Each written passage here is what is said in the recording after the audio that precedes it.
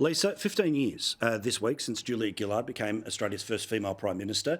Now, having two beautiful little girls who are in primary school right now, I know what they're being told about Australia's first female Prime Minister, which is nothing was wrong, everything was amazing, and evil men robbed her of the greatness that was the Prime Ministership. But thinking on 15 years later, what is the legacy, apart from the NDIS, of the first female Prime Minister, or more importantly, Julia Gillard as a Prime Minister?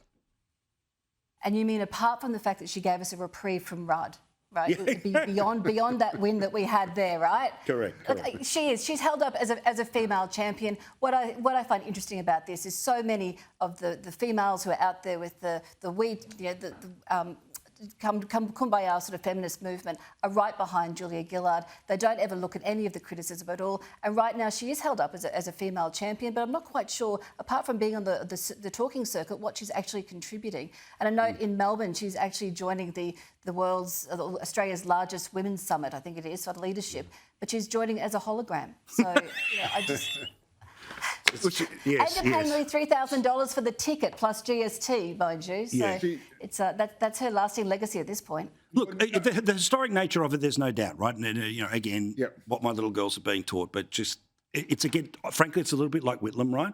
Which is that a lot of people sort of our age, when learning about it, was, this Prime Minister just robbed the most celebrated Labor Prime Minister of all of history, and also the most spectacularly unsuccessful. Who lost two elections after he got the biscuit. Who only managed to stay in power for, I think it was less than 3 years in total. And it's just completely missing from the Gillard story. Her own colleagues ended it. Anyway, having said, that's right, absolutely they did. So there's a couple of things to say. One is that Julia Gillard is without a doubt the best ex-Prime Minister we've had in Australia. Because of the shush. She has risen up. She has risen above the partisan politics. She did not undermine her replacement. She walked away graciously, and she has behaved with more dignity than, frankly, the rest of them combined, many of whom are my friends. Please tell me there's a but. There is a but. The but is that... And again, in that time, if you ask what she's done, she headed up a huge international organisation promoting education for women and girls, especially in countries that are incredibly oppressive and misogynistic, like, I don't know, Iran. Yeah. And she also was the chair of Beyond Blue as well, did a lot of fantastic work there. So she's done a great job there.